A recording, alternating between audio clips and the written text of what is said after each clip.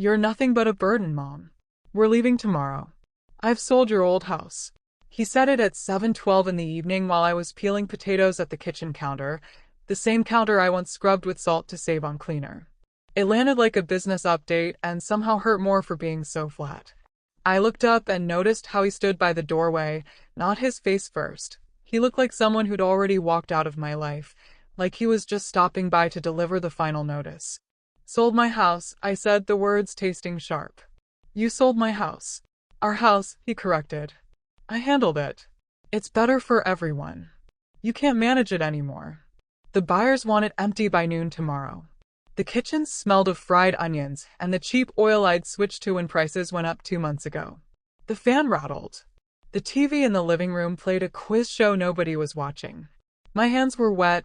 I dried them on a towel we'd bought at a discount store the winter he broke his arm and we couldn't afford nicer things. Who gave you the right?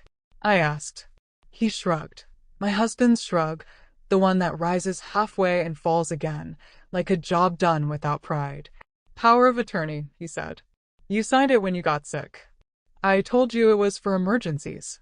I had pneumonia, I said. Not brain fog. You asked me to help, he said. I'm helping. He moved into the living room and sat on the edge of the sofa like a landlord, not a son. His wife stood behind him with her arms crossed, looking away every time I caught her eye. She'd called me Mom on a birthday card once. Tonight, she couldn't meet my gaze. I sat across from them. My knees ached. My back pinched the way it always did after long shifts at the factory when I was 28. I put my hands on my thighs and kept my voice steady. Tell me everything, I said. He spoke like he was reading a pamphlet. The house was old. Repairs were expensive. The neighborhood was changing. It was safer to move to a smaller apartment near them. No stairs. Pharmacy around the corner. Neighbors. I would not be alone. Alone, I repeated. Like I have been for 20 years since your father died. You know what I mean, he said. I did know. I also knew he'd borrowed money last year to open a small delivery shop that never took off. Investors were asking questions. I'd heard the word default. I'd heard collateral. Pride wouldn't let him say he'd failed. It was easier to frame selling the house as care. Tomorrow, I said. So fast. He nodded. Buyers are paying cash. It's a good opportunity. His wife offered, we can help you pack. I didn't answer. I looked around the room and saw the layers of my life. The faded rug from the year we moved in when he was 6 and spilled orange juice and cried because he thought I'd be angry. The cabinet with 3 missing handles because the car needed tires, school needed fees, and the list of expenses never ended. The framed photo of my son at graduation, sun in his hair, victory on his face. I'd stood at the back of that crowd clapping until my hands ached. I'd brought water and snacks because I didn't know what they would offer. I'd pressed my palm to his back and said, you did it. He'd said, we did it, Mom. Now he told me I was a burden. He watched me stare at the photo, then looked away. I'll go pack my things, I said. Give me the evening. He agreed, eager to leave. I'll come in the morning with the truck. After they left, the house seemed to take a breath. I stood where he'd stood and watched the street. The neighbor's cat crossed the road with its usual arrogant step, the one it used when it stole fish off my porch. Who would feed it scraps when I was gone? Who would remember the back door sticks in the rain and needs a hip check to close? What would happen to the lemon tree that never bore lemons but gave good shade? My mind pulled me backwards like a hand on my collar. To the first month after my husband died and the bank statement came and I didn't know how to read the fees. I taught myself with a pencil and a lined notebook. To the days I cleaned homes in the mornings and arranged flowers in the evenings, so my son wouldn't notice his lunch was smaller than the others. To the winter the roof leaked and I put buckets everywhere, then climbed a ladder at night to hammer a tarp down. He'd begged me not to.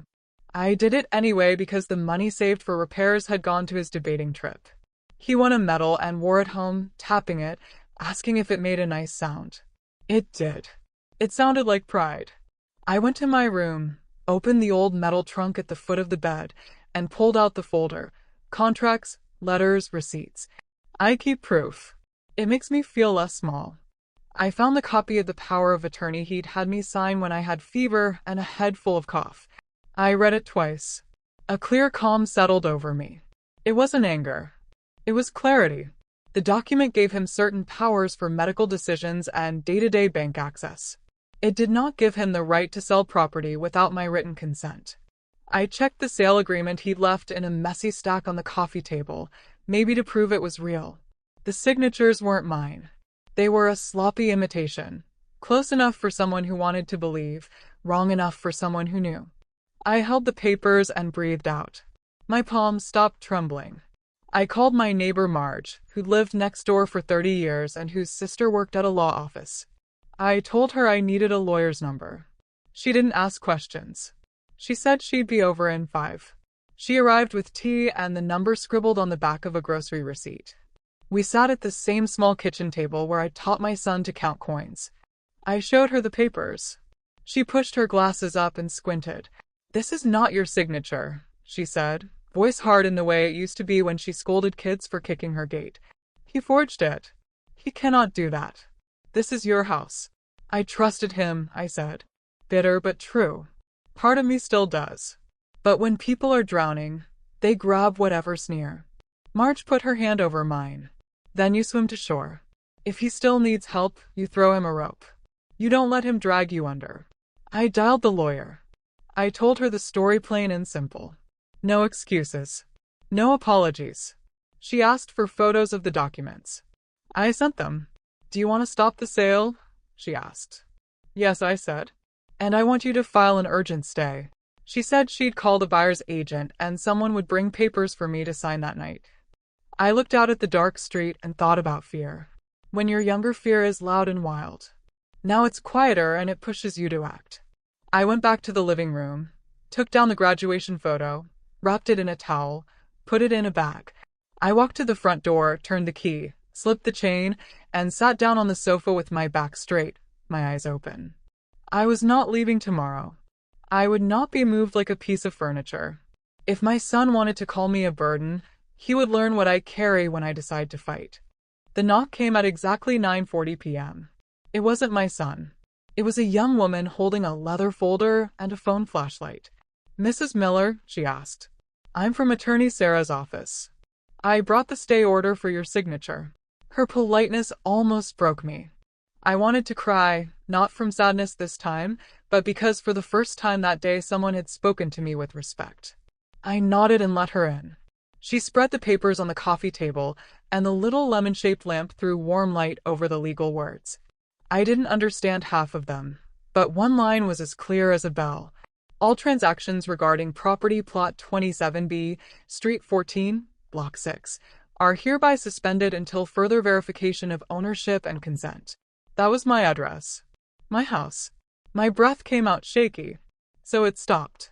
I asked. "Yes," she said gently. "The sale cannot proceed tomorrow. You're safe for now." Safe. Such a small word with a huge weight. I signed where she pointed. As I pressed my name on the last page, my hands stopped trembling. She packed the papers, smiled faintly, and said she'd send confirmation by morning. When she left, I locked the door again.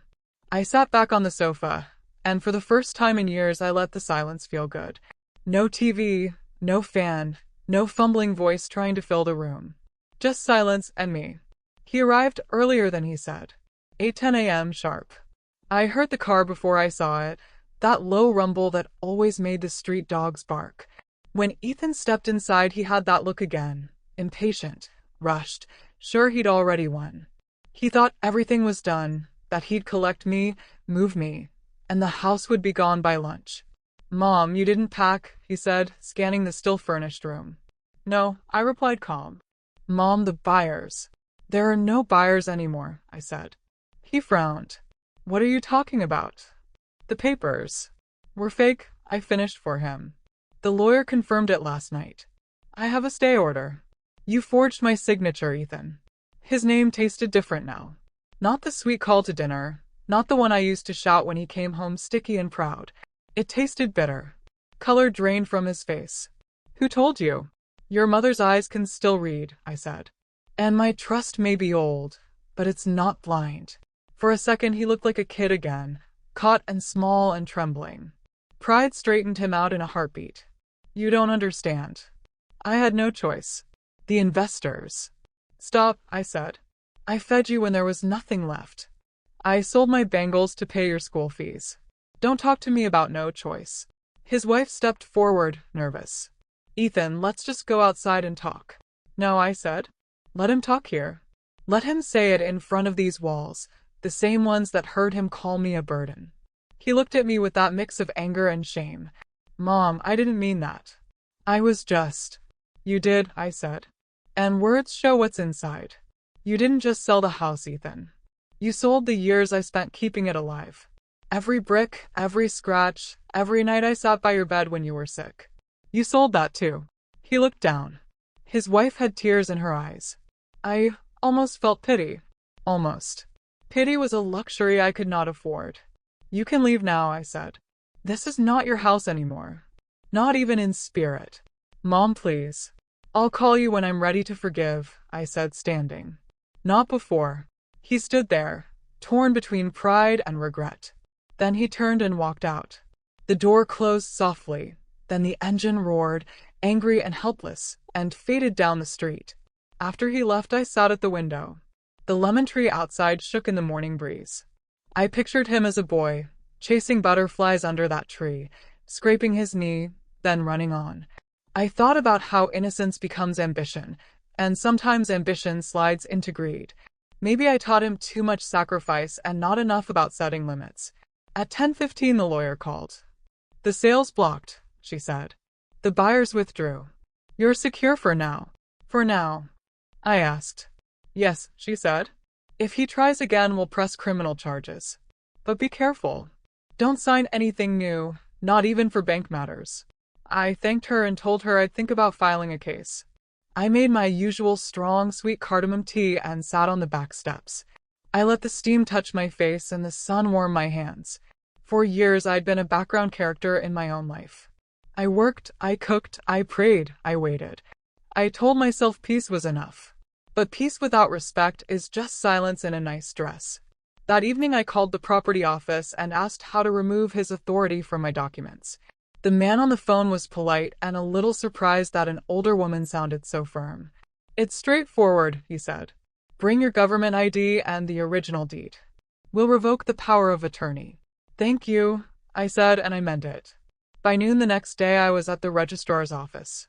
My shawl folded neatly, my papers in a plastic file. The clerk typed, printed, slid a paper across the counter. "There," he said. "He has no legal rights now." I looked at the paper. My name, my house, my authority. For the first time in months, maybe years, I felt steady on my feet. On the way home I stopped at a small stationery shop and bought a new notebook. The owner asked what it was for. I said, "For starting again." He smiled like he understood. That night I wrote on the first page, "This house has seen betrayal and forgiveness. From today, it will only see dignity." Then I added, smaller but firmer, "If my son calls me a burden again, he will learn how heavy love becomes when it stands on its own." The next morning my phone buzzed. Ethan's name flashed across the screen. I didn't pick up. He sent a message instead. "I'm sorry, Mom. Please let's talk." I stared at it a long time, then turned the phone face down and left it on the table. Some lessons need silence to sink in. But I wasn't done. Not yet. There was something he didn't know, something that would change everything. This house, the one he tried to sell, wasn't just mine. It was also his father's last gift, left in both our names. In that will there was a clause I had never told him about. A clause that said if the son ever tried to sell the house without the mother's consent, his share would be forfeited permanently. And I planned to make sure that clause was enforced. When I signed that paper that morning, it felt like I was taking the first brick back from him. But this house, it's more than bricks. It carries promises. My husband left behind a will, one of those carefully worded documents people make when they think everything will be fine forever. He'd tucked it away with our lawyer years ago. I'd never shown it to anyone. He never wanted money to become a weapon between us and our son. He just wanted to make sure the house kept me safe. And he'd been smart about it. There was this one clause in the will, short, plain, and brutal. It said that if the son ever tried to sell the property without his mother's written consent, his entire share would be forfeited and given to her. My husband wrote it as a shield. just in case greed or desperation ever showed up at our door wearing our child's face. When the lawyer reminded me about that clause, the whole room went cold and bright. I already knew it existed, but I'd buried that knowledge deep. I'd never imagined I'd actually have to use it. We'd raised that boy together. Suing him had always felt unthinkable. But letting him take what I'd built, what I'd kept alive all these years, just because his pride couldn't survive failure, that didn't sit right either. So I called attorney Sarah and asked her to bring the will. She came by with one of those blue folders lawyers carry like armor. We sat at my kitchen table and read every line together. She broke it down in simple words, the way I needed to hear it. "We'll petition the probate court to invoke the forfeiture clause," she said. "If the court confirms he tried to sell it without your consent, his share becomes yours. And we'll also file a criminal complaint for forgery. That second one's to make sure he learns not to hide behind paper." I felt something tight in my chest. Not fear, not pride exactly. It was this heavy, steady feeling, like realizing you're about to change your life and someone else's too. "Do you want to press charges?" she asked. I thought about Ethan at 6 years old, scraping his knee and crying until I kissed it better. I thought about the way he looked at me last week, like I was just an obstacle in his way. I thought about the empty nights, the medals, the roof I fixed with my bare hands. I thought about dignity. "Yes," I said, "but not to destroy him. To teach him. To make him understand there are consequences." She nodded. "Then we'll do both. Civil first, to secure the house. Criminal, to stop him from ever trying this again." The day we filed, I walked into that courthouse like I was burying the old version of myself. It smelled like dust, coffee, and other people's stories. The clerk stamped our papers. The judge, a woman with hair like a silver crown, read the will, looked at me, then set a hearing date. The notice went to Ethan the next day. It showed up at his store and later on his phone. I saw the look on his face when he read it, panic mixed with shame. He tried calling me. I let it ring. At the hearing, I sat in a wooden bench and watched the law turn into a kind of conversation. My lawyer spoke calmly. The buyer's rep talked about good faith. Ethan's lawyer talked about pressure and bad timing. Then the judge turned to him and said, "Did you sign your mother's name?" He looked like a kid caught stealing candy. "No," he said first. Then softer, "I didn't mean to," and just stopped talking. His voice gave up before his excuses did. Part of me wanted to scream. Another part wanted to cry until I disappeared. But I didn't do either. I just sat there, straight-backed, listening to the boy I'd raised try to defend a lie. When the judge finally spoke, her voice was steady and clean. "The son's attempted sale without the mother's consent violates the terms of the will. His share is hereby forfeited to the mother." The words landed like a door clicking shut. When I walked outside, the sun felt different. The same street, the same cars, but I was changed. Rules mattered. Promises mattered. The house was mine again, not because I begged, but because the truth remembered me. That night, I made my usual cardamom tea. It tasted like purpose. Ethan came by later, standing at the gate.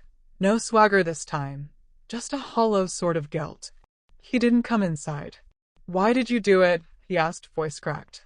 It wasn't even a question. It was hurt trying to find someone to blame. "Because you forged my signature," I said. "Because you called me a burden. Because you thought my weakness was your payday." He swallowed hard. "We needed the money." "So did I said. "I always did. But I never sold my soul to get it. You could have just asked for help. You could have trusted me instead of using me." He looked down. "I'm sorry. I can repay." "This isn't about money," I cut in. "It's about trust. You can't fix that with checks. Only with truth." He didn't argue. He just nodded, smaller now. And even though every part of me wanted to throw him out, I stayed still and remembered the boy who once ran home with a medal and hugged me so hard I could feel his heartbeat. "Are you pressing charges?" he asked quietly. "I already did," I said. "Because forgery's a crime. But I also filed for mediation. I want you to face what you did. Not to punish you, to make you grow from it." He nodded again slowly, like the words were heavy but right. Then he walked away, shoulders bent, not from the law, but from learning the hard way that love has limits. In the weeks that followed, people talked. Some said I was cold. Some said brave. Neighbors dropped off food and kind smiles. I started realizing this house wasn't just mine. It belonged to everyone who'd watched me survive in it. The lemon tree. The cat that waits on the wall. The little girl next door who skips on my porch. There were hard days. Police questions. Nights I wondered if I'd broken my own son. But there were softer ones too. Days when Ethan came by to fix the fence without being asked. When he sat quietly while I told him stories about his dad. When he started therapy because the court suggested it, and because, maybe, he finally wanted to. I didn't do all this for revenge. I did it because some lessons can't be taught with words. They need consequences. I did it to keep my home safe. And maybe to help him find his way back. Now, at night, I look at that old graduation photo and laugh a little at how life turns. How one sentence, "You're a burden," can shift the air in a house. How a will written long ago can become a shield.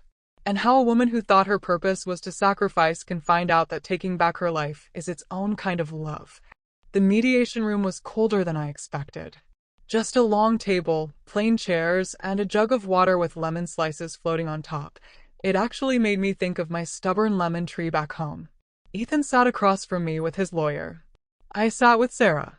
The mediator was an older man with soft eyes, the kind that say he's seen too many families fall apart in this same room. He explained that we were there to talk, not fight. To fix what could still be fixed. Ethan wouldn't look at me at first. He kept spinning his wedding ring, glancing at his phone, pretending he had somewhere better to be. His lawyer whispered something, and the mediator nodded for us to start.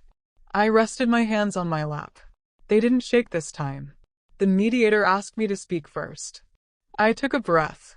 My voice came out calm, not soft, just sure. I told him I wanted two things. 1, full control of my house. No interference. 2, the truth about his debts. All of them. No half answers. No stories. Ethan sighed, finally met my eyes. He looked tired. He said he owed money to 2 investors, then admitted there was a third. A private loan, high interest. He'd used my house papers to keep that lender calm. He said he was ashamed. He said he thought if he could sell quickly, he could keep his business alive and I'd be safe in a small apartment. That he convinced himself I'd like being near him and his wife. He made it sound so reasonable. The kind of lie you tell yourself until you believe it. I asked if I could speak to him directly. The mediator nodded. I told Ethan the exact day his father and I signed the will. I told him how we'd argued about adding that clause, the one that protected me, because it felt too harsh. But his father insisted that love should never replace common sense. And then I told him this. When you forged my name, you didn't just cross a line. You broke the hand that taught you how to write it. He swallowed hard. His eyes dropped to the table, and the shame just settled there. His lawyer nudged him, told him to say something. Ethan said he'd put the business on hold. He'd get a real job, a steady paycheck. He'd pay back what he could. And he'd sign anything that gave me full control of the house. Sarah slid a draft agreement across the table. It said he'd permanently give up any claim to the house. He'd attend financial counseling, not as punishment, but so he'd stop making big promises without a calculator in hand. And he'd give me a formal written apology, admitting the forgery and promising to stay away from my finances forever. He read every line. I could see pride trying to claw its way up, but it had nowhere left to stand. His shoulders dropped. He signed. His hand trembled. Mine didn't when I signed. The mediator looked relieved. He asked if there was anything else I wanted. I thought for a moment, then said yes. I wanted his wife left out of this. I'd seen her face that night, scared and guilty. I didn't want that weight on her. I asked to speak with her alone. The mediator agreed. We went into a smaller room. She sat on the edge of her chair like she was waiting for a verdict. I told her I knew she hadn't planned any of this. That I'd heard her voice that night, the one trying to calm the fire. She started to cry. Said she'd begged him not to do it. Said he'd been drowning in fear and pride and didn't know how to ask for help. Said she'd felt stuck between being a good wife and being a decent person. I told her no good wife should have to choose between decency and loyalty. I told her from now on there'd be boundaries. But if she ever needed help, not money, just someone safe to talk to, she could call me. She grabbed my hand and nodded through tears. When we came out, Ethan saw our hands still linked, and something in him cracked a little. Not in a broken way, in a healing way. For the first time he said, "I'm sorry, Mom." Not the kind of sorry that floats away. The kind that lands and stays. Sarah handled the rest. The paperwork would be filed. The police case would be paused, withdrawn later if he finished counseling and stayed away from my finances. It was fair, and it had teeth. After that, the days felt different. Quiet in a new way. I wasn't waking up worried about court dates or packing boxes. I cleaned the kitchen, fixed the loose cabinet handle myself, changed the cushion covers, sat in the backyard and watched sunlight crawl across the bricks. The house finally felt alive again, like it knew it had been defended. I started small changes, opened my own bank account, made a list of monthly costs, set aside money for repairs, called a plumber about the leaky bathroom tap that had annoyed me for months. He came, fixed it, and smiled when I counted the cash slow and exact. I felt confident. I've always been confident. I just hadn't given myself credit for it. Then Marge knocked on the gate with a bowl of rice pudding. She'd heard the news, because in our neighborhood, news travels faster than Wi-Fi. She hugged me tight, told me she was proud. We sat on the porch, eating like kids, laughing at that lemon tree that still refuses to grow lemons. She said her sister's cousin does accounting for small businesses and could help Ethan if he ever wanted to get back on track. I said I'd pass the name along, but I wouldn't chase him. A week later, he called. Said he'd taken a job at a warehouse. It wasn't glamorous, but it was honest. He said he was tired, but his voice sounded different, steadier. He said counseling was helping him realize how much shame had been running his life. Then he asked if he could bring groceries on Sunday. I told him he could, as long as he didn't come in with speeches or questions about my documents. He came with bread, rice, eggs, vegetables. He stood in the kitchen, sleeves rolled up, and asked how I liked to store onions. We cooked omelets, drank tea. It was quiet, but the kind of quiet that feels safe. He asked about the old photos, and I showed him one of his dad fixing a shelf. He smiled, really smiled, and said he wanted to fix the roof before monsoon season. Said he needed a simple, real project. I told him yes, but only if he hired help and stayed off the roof. He laughed and promised he would. The criminal case sat like a closed book between us, visible but untouched. He kept his end of the deal, so I sent Sarah a letter asking to withdraw the complaint. She handled it, told me to keep every document safe. I told her I already had. One afternoon I sat with my notebook, my new one, and started writing what I wanted next. Nothing big, just real things. Fix the gate, paint the bedrooms a soft color, add a shelf in the kitchen for the jars, always fighting for space, buy a visitor chair for the porch, maybe rent the spare room to a student who needs quiet. I put dates next to each one. It felt like drawing a map for a life that finally belonged to me. People started dropping by more often. The little girl from next door asked about the cat. I told her he doesn't steal fish anymore, mostly because I'm faster than he is. She laughed. Another neighbor came over asking how to make cardamom tea. I showed her. The porch turned into a place of stories and recipes.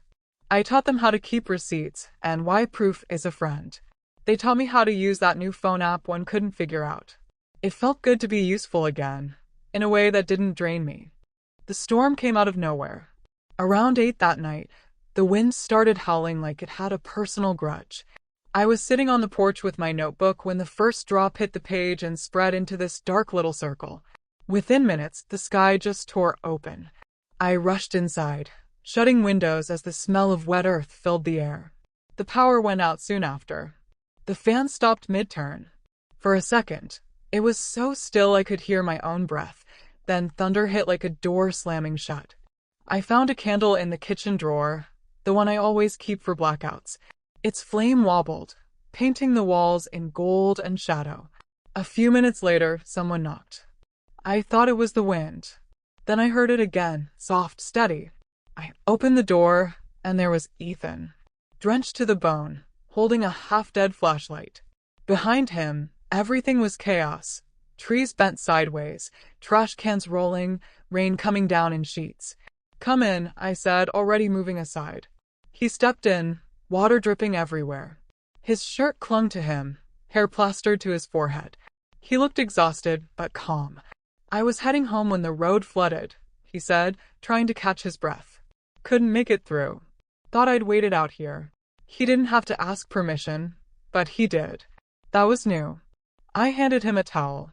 He took it quietly and started drying his hair. For a while, neither of us said anything. Just listened to the storm. The candlelight flickered across his face. He looked older, but softer too, like he'd finally put something heavy down. "The roof's holding up," he said, glancing up as rain hammered above us. "It is," I said. "Your guy did a good job." He smiled, small and tired, then sat on the floor instead of the chair. "Feels weird," he said. "Being here again." I sat across from him, the candle between us. "Weird isn't bad," I said. "It just means something's different." He nodded slowly. "I used to think change meant failure," he said. "If things didn't go my way, I thought it meant I wasn't good enough. I kept pretending everything was fine. I thought if I could control it all, people would still respect me." "And did they?" I asked. He shook his head. "No. They just watched me fall apart. Maybe because I wouldn't let them help." A loud crack of thunder shook the windows. He flinched, then laughed. "Remember when I used to crawl under your bed during storms?" I smiled. "You brought your blanket and that little blue car with the missing wheel. You told me the thunder was applause for brave kids." He grinned faintly. "Yeah. You made everything less scary." The candle flickered, and for a second, I saw that same little boy again, just older, carrying more mistakes than toys. He stood suddenly. "I'll check the backyard. Make sure the drain's not blocked." Before I could say anything, he was outside with the flashlight, moving things, clearing leaves, splashing through the water. I watched through the window, him bending, pulling, working. Not from guilt this time, from care. After a while, the rain eased. The wind softened. When he came back in, soaked again, he looked peaceful. "It's clear now," he said. "Water will drain fast." "Good," I said. "Go change. There are clothes in the cupboard from when you used to stay here." He paused. "You kept them." "I keep everything," I said. "Even the stuff that hurts." He smiled, almost shy, and went to the guest room. When he came back, he was wearing an old t-shirt with a faded cartoon on it. It used to fit tight. Now it hung loose. "I look ridiculous," he said. I laughed, really laughed, and it startled both of us. I poured tea into 2 mismatched cups. He held his with both hands, the way he always did. The candle was almost gone, wax pooling at the bottom. Outside, the storm had quieted to a drizzle. He looked at me, serious now. "Mom, I think I'm done pretending. I want to sell the shop. I can't handle it. I'll work and pay off what's left, but I'm not a businessman. I got a job at a warehouse near the port. It's not fancy, but it's honest." I nodded. Honesty's a solid place to start. He stared at the tea. "I don't deserve forgiveness." I thought for a moment, then said, "Forgiveness isn't about earning it. It's about me not drinking poison just to hurt you. You broke my trust, Ethan. Deeply. But holding that pain won't rebuild anything. Just don't make me regret forgiving you." His eyes filled. He blinked fast. "I won't," he whispered. The power came back with a sharp click. The light was harsh after the candle, but it made the whole room feel clean, new somehow. I blew out the flame. A thin curl of smoke rose and vanished. He stood. "Thanks for letting me in tonight." "You're my son," I said. "Even when you forget what that means." He nodded, started toward the door, then turned back. "You know, you could sell this place, just for yourself. Move somewhere quiet. Near the sea, maybe." I smiled. "Maybe one day, but not yet. I want to live here long enough to make new memories that don't hurt." He looked at me, and I knew he understood. Then he said goodbye and stepped out into the fading rain. I stood there a while after closing the door. The air smelled clean. Through the window, the lemon tree shimmered with rain, its leaves catching the streetlight like tiny mirrors. That old tree still hadn't given me a single lemon, but it had survived every storm. So had I. That night, I slept deep. No nightmares. No anger replaying like a song stuck on repeat. Just the soft rhythm of rain and the quiet peace of knowing the worst had passed. When morning came, sunlight poured through the window, warm and forgiving. I brewed my tea and looked outside. The cat stretched on the wall. The little girl next door waved as she headed to school. The world, somehow, had found its balance again. My phone buzzed. A message from Ethan. "Drain still clear. I'll come check it after work." I smiled. Not because I needed him to, but because he wanted to. It started with a phone call from Marge. She said her cousin's friend, a widow from 2 streets over, was having trouble with her son. He took her pension card, Marge said. Told her he'd handle things. But now she hasn't seen a cent in months. She's scared to even ask. I just listened for a while. The words hit something familiar in me, like hearing an old echo. Finally, I told Marge, "Bring her by tomorrow." The woman came the next day, quiet and cautious. Her name was Nora. She sat right on the edge of the chair, clutching her scarf like it could protect her from what she had to say. "I don't want any trouble," she kept repeating. "He's my only son." I poured her tea and said, "You're not looking for trouble. You're looking for your rights." She looked up at me for the first time. "You sound so sure," she said. "I wasn't always," I told her. "But I learned. Being quiet hurts worse than being brave." She stayed for over an hour, telling me everything. How her son had talked her into giving him access to her pension, just to help. How he started treating her like a guest in her own house. How she was too scared to ask where the money went. The more she talked, the more I saw myself a year ago. Same mix of love, fear, and disbelief. That night, I called attorney Sarah. "Can we help another woman?" I asked. She didn't even pause. "Of course. Bring her papers." Within a week, we'd stopped the withdrawals and got the account back in Nora's name. When she held her new card, she started crying. "I thought it was over for me," she said. "I thought I had to just accept it." "That's what they count on," I told her. "That you'll accept." But it didn't stop there. Word spread faster than I expected. 2 more women came the next week. One whose nephew had forged her signature, another whose brother had sold their father's land behind her back. They all thought they were alone. I served tea, listened, and showed them what I'd learned about signatures, consent, proof. I even pulled out copies of my own papers to show how things should look. It wasn't anything official, not at first. Just women sitting in a living room, passing courage around like sugar bowls. But soon it started feeling like something bigger. Sarah called it informal awareness. I called it survival with company. One of the women, Faith, was younger, mid-30s, 2 kids. Her husband had taken out a loan in her name and vanished. The bank started calling her, threatening to sue. We helped her write a letter explaining everything, and Sarah guided her through the legal side. The bank paused the case. Faith brought sweets to thank me, but what I remember most was how she hugged me before she left and said, "You make us feel like we still matter." That became our rhythm. Every Thursday a few of them came over. We sat under the lemon tree that still hadn't produced a single lemon, as if it was too busy listening. We talked about betrayal, guilt, exhaustion. Things women whisper about but rarely say out loud. Sometimes we cried, sometimes we laughed. But every week, someone left standing a little taller. Ethan knew, of course. He didn't say much, just watched from a distance. One evening, while I was setting up the chairs, he said, "You've turned the house into a counseling center, Mom." I smiled.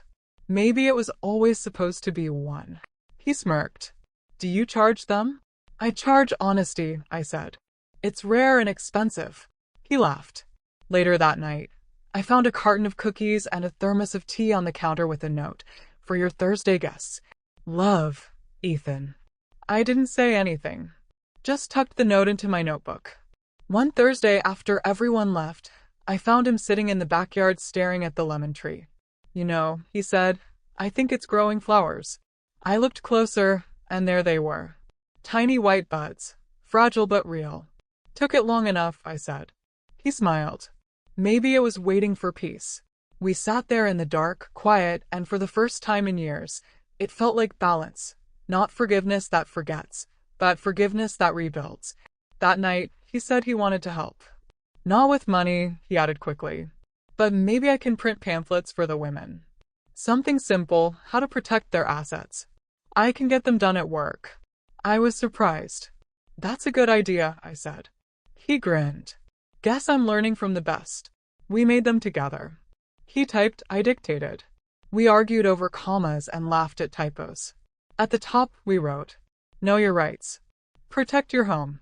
We printed 50 copies and left them at the community center. Within 2 weeks, women started calling Sarah's office for help. She said I'd started a movement. I said it was just Thursday tea. But what meant the most wasn't the ripple outside. It was the quiet change inside. Ethan coming by regularly. Bringing groceries. Fixing things without being asked. Sitting on the porch like a man who finally felt at peace. He never said he was making it up to me, but he didn't need to. One night over dinner he asked, Do you ever miss Dad? Every day, I said. He nodded. I wish I'd known him better. Maybe then I'd have learned what not to do sooner. I reached across and squeezed his hand. He'd be proud you're learning now. Time has a way of healing quietly. Not with big moments, just small ones. The way Ethan now asks before touching any of my papers. The way he reminds me to lock the gate. The way he fixed that squeaky drawer without me saying a word. Every Thursday when the women come, he makes sure the kettle's full and the cups are clean. Sometimes he even joins us, sitting quietly, listening. Once, Faith told him, You're lucky to have her. He smiled and said, I know. I just forgot for a while. That's when it really hit me. Revenge hadn't made me strong.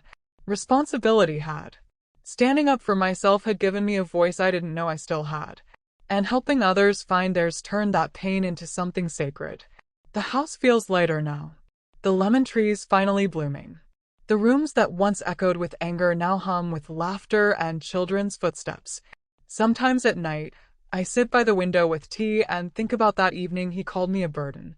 I still remember how it cut through me. But now, when I replay it, it doesn't sting.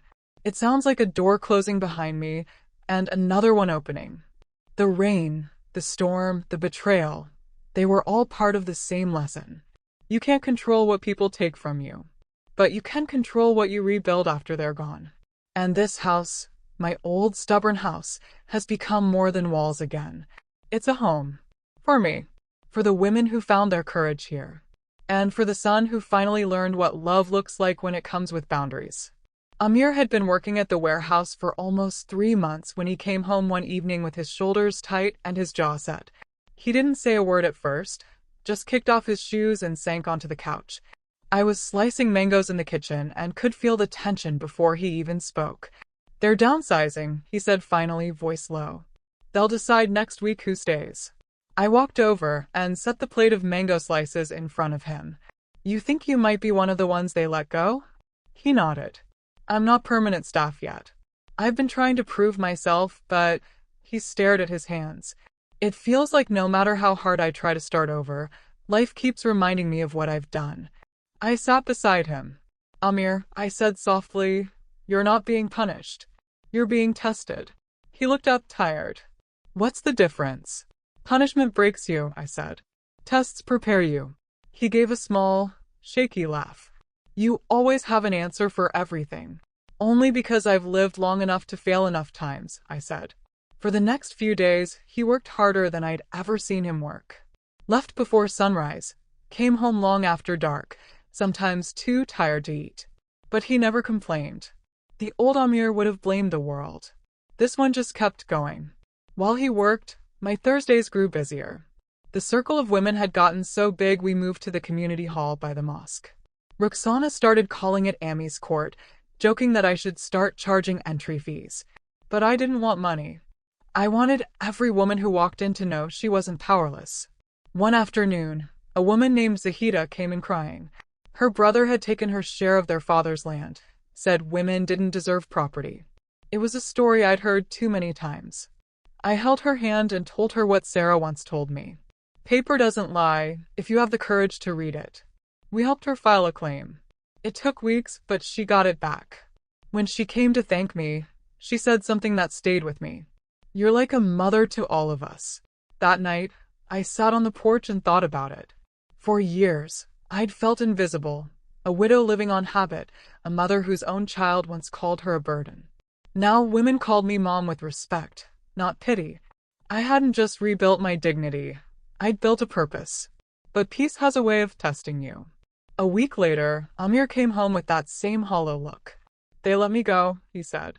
Budget cuts, they said. Not my performance. He tried to smile. Guess I failed another test. I took a breath. Losing a job isn't failure, I said. Losing yourself over it is. He looked down. I don't want to ask you for help again. I'm not offering help, I said. I'm offering advice. He sighed. All right then, Mom the philosopher. What's your advice? Rest tonight. Tomorrow, go look for what's next. The world doesn't end with one rejection. If it did, I'd have been gone a long time ago. He smiled, tired but real. You make it sound so simple. It isn't, I said. That's why it works. The next morning, I found him sitting outside with a notebook. Updating your resume? I asked. Kind of, he said. I'm listing everything I learned at the warehouse. It's not much, but it's honest. I peeked over his shoulder. He'd written inventory management, team coordination, logistics, and at the very bottom, in smaller letters, learning humility. Something tightened in my chest. Pride, maybe, mixed with a little ache. That last one, I said, is worth more than all the rest. A few days later, he landed another job. Smaller pay, but better people. They said they liked my honesty in the interview, he told me. I didn't pretend to be perfect this time. That's growth, I said. He smiled. I used to think success was owning things. Now I think it's sleeping without guilt. Life settled again. I started keeping a small jar on the kitchen window labeled Future Fund. Every time I saved a little extra, I slipped a few notes inside. Amir teased me. What are you saving for, Mom? You already have everything. For the days I don't, I said. He didn't bring it up again, but one night, I saw him quietly slide a 500 rupee note into the jar when he thought I wasn't looking. I pretended not to notice. Weeks passed peacefully until one evening the doorbell rang during dinner. It was Zahida, the woman who'd won her land back. She was smiling, holding a basket of fruit. I sold the harvest, she said proudly. I came to thank you. Amir watched as I hugged her. She turned to him and said, Your mother saved my life. After she left, he said softly, You really are helping people, Mom. It's not just stories. I smiled. So are you, Amir. You just don't see it yet. He frowned playfully. How? By being better than you were yesterday, I said. By showing up. By learning from what you broke. He leaned back, thoughtful. Sometimes I still feel guilty. You should, I said. Guilt reminds you not to repeat your mistakes. But don't let it stop you from changing. He nodded slowly. Maybe one day you'll really forgive me. I already did, I said. Forgiveness isn't forgetting, Amir. It's remembering without hate. The next Thursday, something unexpected happened. Sarah showed up to our meeting and brought a man with her. A journalist. He'd heard about our women's circle and wanted to write a story. Just a small feature, he said. People should know what you're doing. I hesitated. I'm not looking for attention. He smiled. Sometimes attention brings protection. The more people know, the harder it is to silence you. That weekend, the article came out. Page 5, The Mother Who Fought Back. It told how one woman's stand against her son's betrayal became hope for others. They didn't name Amir. They didn't need to. The story wasn't about shame. It was about strength, and the quiet kind of love that learns to draw boundaries. When I read it, I cried, not from pride, but relief. The woman who once felt invisible now existed in ink. Permanent. Unmistakable. Amir read it that night. He folded the paper carefully and said, You know, Mom, for the first time, I'm proud to be your son. I smiled through my tears. It's about time. He laughed, and for a moment, it felt like all the distance between us had finally dissolved. That night, after I turned off the lights, I sat on the porch a little longer.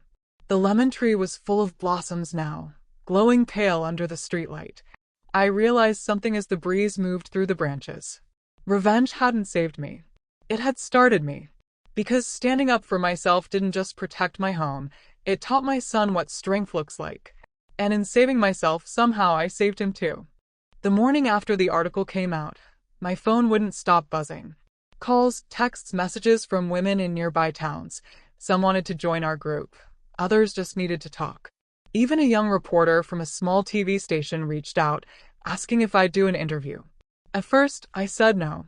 I'm not the type for cameras, I told her. I only know how to talk over tea. But Sarah, my lawyer, said something that stuck. You fought so no one could silence you. Don't go quiet now when people actually want to listen. So I said yes. They set up the interview right in my living room. Small camera, 2 lights, a mic clipped to my shawl. The reporter was maybe in her late 20s. Kind face, sharp eyes. She asked simple questions. How it started, why I fought back, what I'd say to other women in the same place. I just spoke like I always do, plain and real. I didn't plan to fight, I said. I just got tired of being afraid. Fear's like rust. If you don't clean it off, it eats through everything. Then she asked if I'd forgiven my son. I paused. Yeah, I said. But I also made sure he faced what he did. Forgiveness isn't a free pass, it's a second chance with rules. When the interview aired that weekend, people started recognizing me everywhere. Strangers stopped me in the grocery store to say I gave them courage. Someone left flowers at my gate with a note that read, "For the woman who reminded us that dignity doesn't retire with age." I should have been happy, and I was, but fame is a strange guest. It brings applause, sure, but it also drags in judgment. Some relatives called to say I'd embarrassed the family. One old neighbor said, "You shouldn't have talked about your son like that on TV." But I didn't regret a thing. I'd spent years protecting everyone else's pride while mine was in pieces. It was time my voice took up space too. A few days later, Ethan came home looking sheepish. "They played your interview in the break room," he said. One guy turned to me and said, "That woman's a hero." I wanted to tell him you're my mom, but I didn't know if I should. I smiled. "And did you?" He grinned. "Yeah." And it felt good. We both laughed. An easy laugh, the kind that doesn't carry any guilt anymore. But life has a way of testing your peace. A few weeks after the interview, he came home looking uneasy. "My supervisor offered me a deal," he said. "There's a shipment missing some inventory records. He wants me to adjust the numbers so it all balances out. Just a small fix," he said. "Nobody would ever notice." My stomach dropped. "And what did you tell him?" "I said I'd think about it," he admitted. "If I say no, I might lose my job." I stood up, heart pounding. "Ethan, that's how it starts. One small lie, and next thing you know, you're drowning again." "I know," he said, rubbing his forehead. "But I'm trying to save money, pay off debt, fix my credit. I can't afford to lose this." "And you can't afford to lose yourself either," I said firmly. "Every easy choice comes with a price tag you can't see yet. You already know how that ends." He looked at me torn. "I don't want to disappoint you again." "Then don't," I said. "Do the right thing even if it costs you. If they fire you for being honest, you were in the wrong place anyway." He didn't answer, just nodded slowly like he was trying to believe me. The next day, he left early. I was nervous the whole time he was gone. Couldn't focus on anything. When he finally came home that night, he looked pale but calm. "I told them no," he said. "The manager called me dramatic, said he couldn't protect me next time. I told him I didn't need protection. I needed self-respect." I blinked. "What happened then?" "They didn't fire me," he said, still a little shocked. One of the owners overheard the conversation. He called me in later, said he appreciated my honesty. Gave me a small raise. I felt tears sting my eyes. "You see," I said quietly, "sometimes doing the right thing pays off, but only after you've risked losing it all." He smiled, tired but proud. "You were right again." "I usually am," I said, wiping my eyes. That night, we had dinner together. Dal and rice, simple and warm. The lemon tree outside was covered in small green fruit now. Ethan noticed and said, "Guess it's finally learning from you." Took its time, though. "Good things always do," I said. That same week, Sarah suggested we make the group official. "You've built a network," she said. "If we register it, we can help more women. Maybe even get funding." I panicked a little. I'm not educated enough for all that. She laughed. You're educated in life. I'll handle the forms. You just keep doing what you do. And that's how the Dignity Circle was born. We printed the name on a simple blue banner and hung it in the community hall. Women brought snacks, someone donated chairs, and Ethan designed a little logo on his computer, a lemon tree, its roots shaped like open hands. When we unveiled it, everyone clapped. I cried. I couldn't help it. Who would have thought the same house that once held so much hurt would become a place of strength for so many? Ethan leaned in and whispered, "See, Mom? You turned our mess into a movement." I smiled and whispered back, "No, Ethan. We did." From then on, Thursdays became more than stories. They became plans. Sarah trained volunteers on how to read legal documents. Ethan ran donation drives for widows who needed help fast. We even partnered with a local college to teach young women basic financial skills. Sometimes I'd sit quietly in the back of the hall, watching it all happen. Women signing forms, girls handing out pamphlets, Ethan carrying boxes. I'd feel this deep, quiet peace inside me. Not the peace of winning, but the peace of belonging. One evening, after everyone left, Ethan stayed behind. We sat on the little stage under our new banner. "Do you think Dad would have been proud?" he asked. I took a slow breath. "Yes," I said. "He'd be proud that you fell and got back up. Proud that we didn't let this house die with bitterness. Proud that we learned to love again without pretending the pain never happened." He nodded. "I think about him a lot lately, what he'd say if he were here." I smiled. "He'd probably tell you what he always told me. Listen to your mother." Ethan laughed. "That sounds about right." We sat there in silence for a while, the hall lights buzzing softly above us, the lemon tree swaying just outside the window. For the first time in years, I realized our story wasn't about loss anymore. It was about everything that survived after. It was almost a year after we started the Dignity Circle when the past came knocking again. Ethan came home one evening, quiet in that way that makes your stomach tense up before he even says a word. He dropped a thick envelope on the table and said, "You might want to sit down before I tell you this." So I did. He took a breath. "It's from Sam." That name hit me like a cold wave. Sam was the guy who'd once invested in Ethan's failed business, the same mess that started everything. The debts, the lies, the panic. I stared at the envelope. "What does he want now?" "He's starting a new company," Ethan said. "Wants me to join as a partner. Says he trusts me, that I've changed. Even offered in advance, half of what I lost last time." "And what do you think?" I asked quietly. He rubbed the back of his neck. "I don't know. It sounds good. Too good. But part of me keeps remembering what happened before." I told him I'd think about it. The ceiling fan hummed between us. "Do you trust him?" I asked. He shook his head. "I don't know if I trust anyone in business anymore. But I can't keep running from every opportunity because I'm scared." "There's a difference between fear and wisdom," I said. "Fear keeps you from living. Wisdom keeps you from bleeding twice." He smiled a little. "You always talk like you've rehearsed these things." "I have," I said. "In the mirror of experience." He laughed, but I could see the storm behind his eyes. It wasn't greed anymore. It was something more dangerous, the need to prove himself. "Mom," he said, "what if this is my chance to fix everything? To make something of myself?" I reached across the table, took his hand.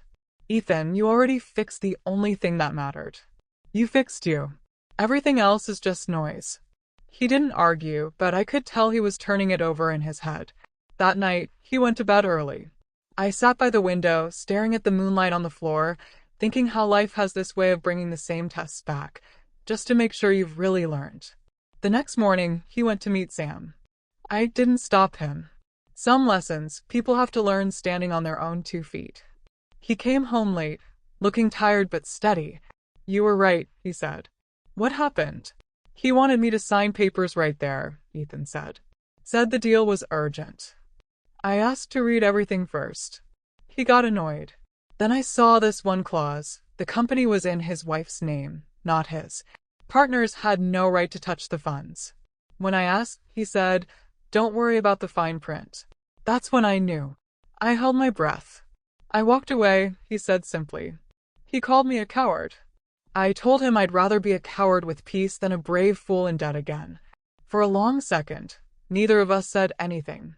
Then I smiled. That's not cowardice, Ethan. That's growth. He exhaled, and the tension in his shoulders melted. You know the weird part? Walking away didn't hurt this time. It felt clean. That's how you know a wound's healed, I said. When touching it doesn't make you flinch anymore. After that, life just moved forward. The dignity circle was growing faster than I ever imagined. Sarah helped us get a small government grant, and Ethan handled logistics, budgeting, event planning, even a simple website with photos from our workshops.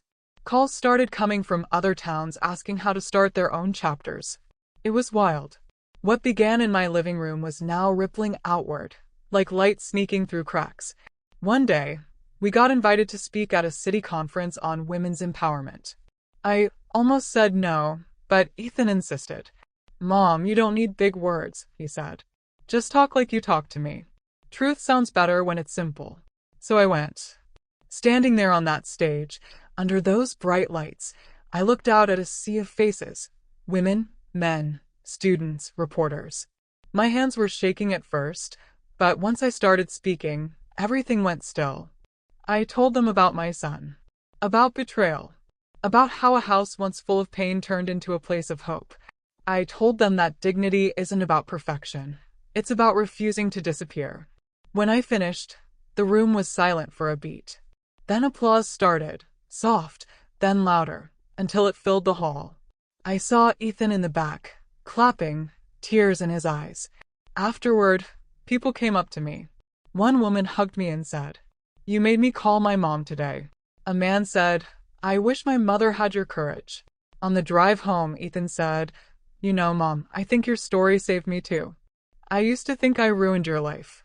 But maybe I was just the beginning of it."